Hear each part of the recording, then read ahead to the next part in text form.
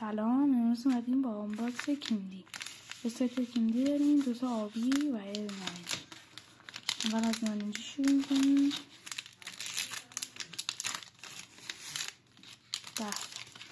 کارتای خوبی در انتظارمونه انشالله. پایه و مجاب خود کارت به شفشنکو و برچسب رونالدینیو و آلیسون بکر، برگه راهنما، برچسب مینی استند آقا سرمربی یادم خب این کیندی اول. این سراغ کیندی دوم، کیندی آبی رنگ. کارتنزه رئال. به کارتنزه رئال دارم من هول.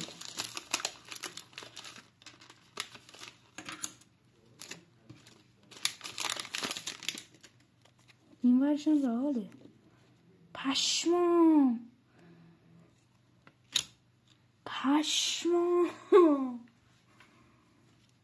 برگه راهنما، جا برچسب‌ها رو نمی‌شناسم هیچ کدوم، من فوتبالیستم.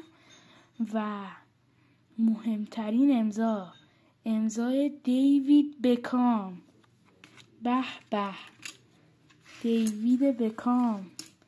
این سراغ بسته آخر، بسته توسی رنگ، بسته آبی رنگ. چی میگم حالم خوب نیست.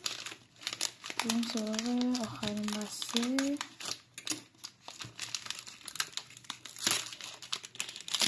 آرسنال با یک کارت صد، کارت ساکای آرسنال، برگه راهنما، پائولو مالدینی، برناردو سیلوا و کارت رونالدو نازاریو. به اصلا عشق و حال. اینا شد از بسته هایی که امروز باز کردیم. حالا من سری کارت از قدیم هم دارم اینجا، مثل برچسب های امضا. برچسب وای چقدر من عاقلم.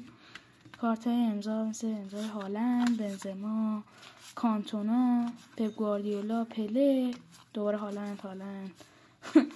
اینجا کارت امضا همه تقریبا اینقدر کارت امضا دارم.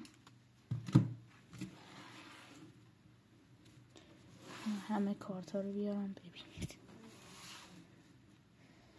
272 تا کارت الان اینجا هست با کارت امضا. با اینا میشه 278 تا. مرسی از اینکه ویدیو رو دیدین. فعلا خدا حافظ.